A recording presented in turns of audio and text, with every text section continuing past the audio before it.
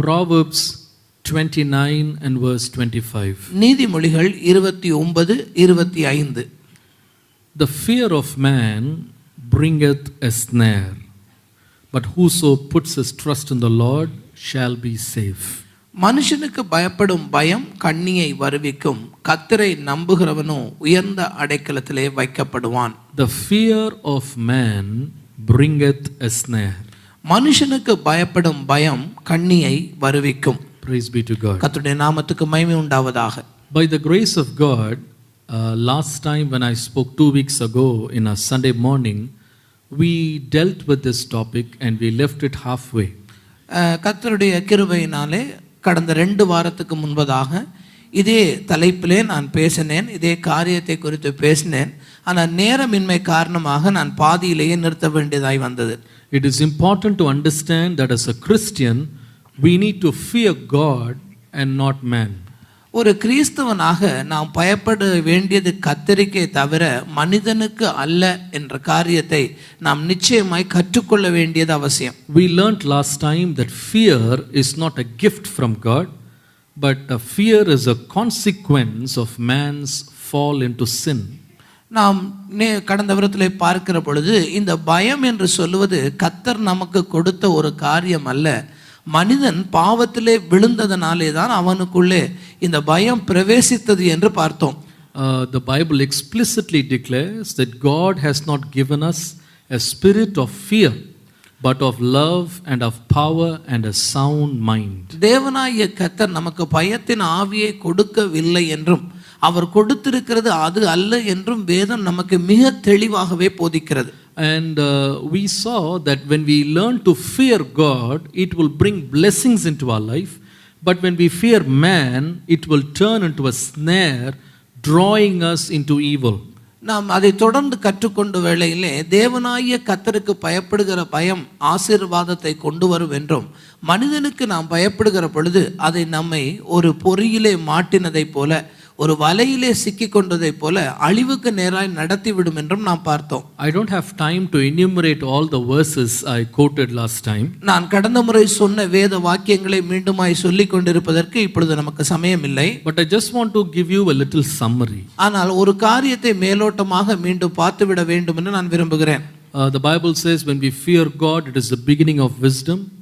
ஆண்டவராகிய கர்த்தருக்கு பயப்படுகிற பொழுது அது ஞானத்தினுடைய ஆரம்பம் என்று நாம் வேதத்திலே படிக்கிறோம். It will prolong our days. அது நம்முடைய நாட்களை நீடித்திருக்க பண்ணும் என்று நாம் அறிந்திருக்கிறோம். It will give us அறிந்திருக்கிறோம். strong confidence. அது நமக்கு மிகுந்த நம்பிக்கையை உண்டாக்கும் என்று அறிவோம். It is a fountain of life. அது உண்மையாகவே ஜீவ நீரூற்றை போல இருக்கும் என்று பார்த்தோம். It will give us riches, honor and life. நம்முடைய வாழ்க்கையிலே அதுக்கு உண்டாக்க வேண்டிய ஐஸ்வரியத்தையும் கனத்தையும் கூட கொண்டு வரும் என்று பார்த்தோம். And we saw that how snares can come as a result of fearing man. மனிதனுக்கு பயப்படுகிறதுனாலே நாம் எப்படிப்பட்ட சிக்கல்களுக்குள்ளே ஒரு வலைகளுக்குள்ளே சிக்கிக் கொள்வோம் என்றும் நாம் பார்த்தோம்.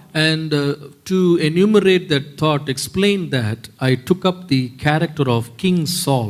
இந்த காரியங்களை உங்களுக்கு விளக்கி சொல்லும்படியாக ஒரே ஒரு மனிதனாகிய சவுலுடைய வாழ்க்கையிலே நடந்த சம்பவங்களை நாம் பார்த்து கொண்டு வந்தோம். A man who was strong, tall, handsome, good looking, apt for the job, selected by God to lead the country. தேவனாகிய கர்த்தரை அவராகவே தெரிந்தெடுத்து இஸ்ரவேல் ஜனங்களை நடத்தும்படி நல்ல வாட்டசாட்டமாக, உயரமானவனாக, அழகுள்ளவனாக, எல்லா விதத்திலும் பொருத்தமானவனாக இருந்த அந்த சவுலுடைய வாழ்க்கையை வைத்து இந்த காரியங்களை நாம் ஆராய்ந்து பார்த்தோம். Even though he had a very successful start, his end was in suicide. அவனுடைய வாழ்க்கையினுடைய தொடக்கம் ஒரு பெரிய வெற்றியா இருந்தாலும் அவனுடைய முடிவு தோல்வியாய் முடிந்தது. And we saw that the reason for his continual failures and continual falling into snares was nothing but the fear of man that gripped his life. அவனுடைய வாழ்க்கையிலே வந்த இந்த தோல்விகளுக்கு காரணம் என்னென்று நாம் ஆராய்ந்து பார்த்த பொழுது அவன் மனிதனுக்கு பயப்பட்ட அந்த பயத்தினாலே தான் இந்த காரியங்கள் எல்லாம் அவனுடைய வாழ்க்கையிலே வந்து சம்பவித்து அவனுடைய ஸ்தானத்திலிருந்து அவன் விழுந்தான் என்று நாம் பார்த்தோம். Last time we started with the topic 7 snares that come out of the result of fearing man. மனிதனுக்கு பயப்படுகிறதுனாலே வருகிற 7 கண்ணிகள் என்ற தலைப்பிலே நாம் கடந்த வாரத்திலே அந்த செய்தியை ஆராய்ந்து பார்த்தோம். And we looked into the life of Saul specifically and saw wherever he feared and how it turned into a snare in his life. இந்த சவுலாகிய அந்த தனி மனிதனுடைய வாழ்க்கையை மாத்திரமே எடுத்துக்கொண்டு இந்த மனிதனுக்கு பயப்பட்ட பயத்தினாலே எப்படி அவன் இந்த கண்ணிகளிலே சிக்கி கொண்டான் என்று நாம் அன்றைக்கு பார்த்தோம். Firstly, we saw from 1 Samuel 18:6 to 9. முதலாவது 1 சாமுவேலுடைய புஸ்தகம் 18ஆம் அதிகாரம் 6-9 வரை உள்ள வசனங்களை நாம் வாசித்தோம். The Bible says that Saul was so scared of David because he heard the praise of the women when they said David had killed his 10,000s but Saul his thousands. அங்கே தாவீது கொன்றது 10,000 அந்த சவுல் கொன்றது 1000 என்று அந்த பெண்கள் மாறி மாறி பாடினது அவனுக்கு கோபத்தை உண்டாக்கினது என்று சொல்லுகிற அந்த பகுதியை நாம் வாசித்தோம். And the Bible says from that day Saul began to eye David differently. அந்த வார்த்தையை கேட்ட அந்த நாளில் இருந்து அவன் இந்த சவுல் என்பவன் தாவீதை வித்தியாசமாக பார்க்க ஆரம்பிக்கிறான். Fear began to develop in his life about David. அவனுடைய வாழ்க்கையிலே தாவீதை குறித்த பயம் உண்டானது. And that's why we talked about the first thought. அதுதான் நான் முதலாவது குறிப்பாக சொன்னேன் உங்களுக்கு. Fear of man will lead you to contending and comparing with people not your equal. மனிதனுக்கு பயப்படுகிற பயம் வருகிற பொழுது நமக்கு சமமாக நம்மோடு கூட எண்ணப்படத்தகாத ஒருவரோடு போட்டி போடவும் அவர்களோடு ஒத்து பார்க்கவும் நம்மை செய்துவிடும். That's what Saul did. அதுதான் அங்கே சவுல் செய்தான். I have killed thousands and he has killed 10,000s. நான் 1000 பேரை கொன்னு அவன் 10,000 பேரை கொன்னுட்டானா? Comparison, competing took him down the hill. அவனை பாருங்கள், இவனோடு அவனை போய் ஒப்பிட பார்க்க முன்னது அது அவனுடைய வாழ்க்கையில ஒரு வீழ்ச்சியை கொண்டு வந்து விட்டது. Fear of man will not let you to celebrate and appreciate the good gifts that people have. தேவனாகிய கர்த்தர் மக்களுக்கு கொடுத்திருக்கிற நம்மோடு இருக்கிறவர்களுக்கு கொடுத்திருக்கிற நல்ல தாளந்துகளை ஒரு மனிதனுக்கு பயப்படுகிற பயம் நமக்குள்ளே இருந்தால் நாம் அதை உற்சாகப்படுத்தி விட முடியாது. We will always be scared and intimidated if those gifts and somebody's talent will overtake us and usurp us from our authority. மற்றவர்களுக்கு கொடுக்கப்பட்ட திறமைகளும் அவர்களுக்கு இருக்கிற தாளந்துகளிலும் அவர்கள் மேலோங்கி வந்துவிட்டால் நம்மை அவர்கள் கழுவித்து விடுவாங்களோ என்று சொல்லுகிற பயத்தோடே கூட கடைசி வரையிலே இருப்பார்கள். That's why people who fear people will always be scared to associate themselves with people who are used by God. இந்த மனித பயத்திலே இருக்கிறவர்களை நீங்கள் பார்த்தால் கர்த்தர் தாளந்து கொடுத்திருக்கிற மனிதர்களோடு பயப்படுவதனாலே இவர்கள் அவர்களோடு சேர்ந்து இருக்க கூட பிரியப்பட மாட்டார்கள். They will always keep finding fault with them. எப்பொழுதுமே மற்றவர்களை குறித்த குறை என்ன, அவர்களுடைய பிழையை கண்டுபிடிக்கிற வேலை தான் இவர்களுக்கு இருக்கு. They will never appreciate them, never honor them. இந்த தாளந்துகளை இவர்கள் கொண்டிருக்கிறார்களே என்று சொல்லி அவர்களுக்காக இவர்கள் உற்சாகப்பட மாட்டார்கள், அவர்களை தட்டி கொடுக்கவும் மாட்டார்கள். But we learnt about Pharaoh on the other hand, who lifted and exalted Joseph when he saw that he was a man of a different spirit.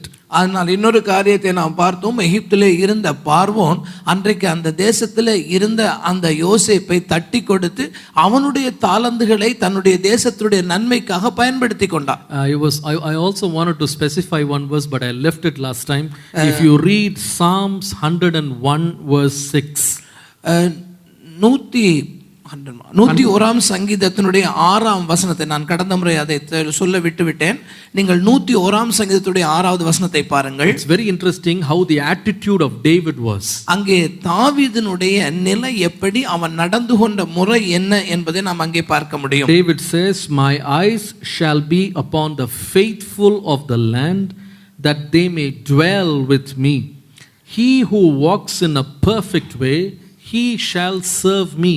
சங்கீதம் 101:6 பாருங்கள். தேசத்திலே உண்மையானவர்கள் என்னோடே வாசம் பண்ணும்படி என் கண்கள் அவர்கள் மேல் நோக்கமாக இருக்கும், உத்தமமான வழியில் நடக்கிறவன் என்னை சேவிப்பான். What is the attitude of David? இங்கே இந்த தாவீதுடைய மனநிலையை பாருங்க.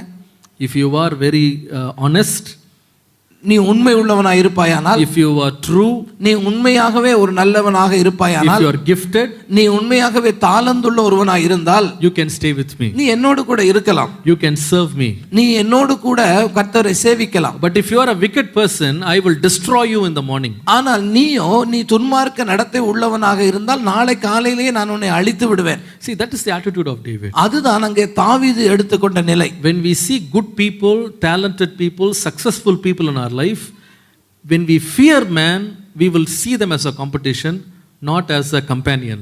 பாருங்க, மனிதனுக்கு பயப்படுகிற பயம் ஒருவனுக்குள்ளே இருக்குமானால் அவர்கள் தாளந்துள்ளவர்களை எப்பொழுதுமே தங்களுடைய போட்டியாளர்களாக, எதிரிகளாக கருதுவார்களே தவிர நண்பர்களாகவோ தங்களுடைய காரியங்களுக்கு நலமாக செய்ய வந்தவர்களாகவோ அவர்களை பார்க்க மாட்டார்கள். Hallelujah. அல்லேலூயா. Number 2.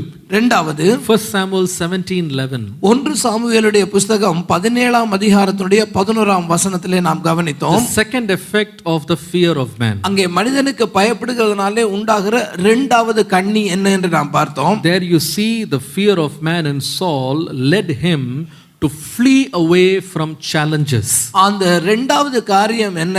அந்த சவுலை பார்க்கிற பொழுது சவால்களை சந்திக்க முடியாதவனாக ஓடி ஒளிகிற ஒரு கோழையை போல மாறி போனான்.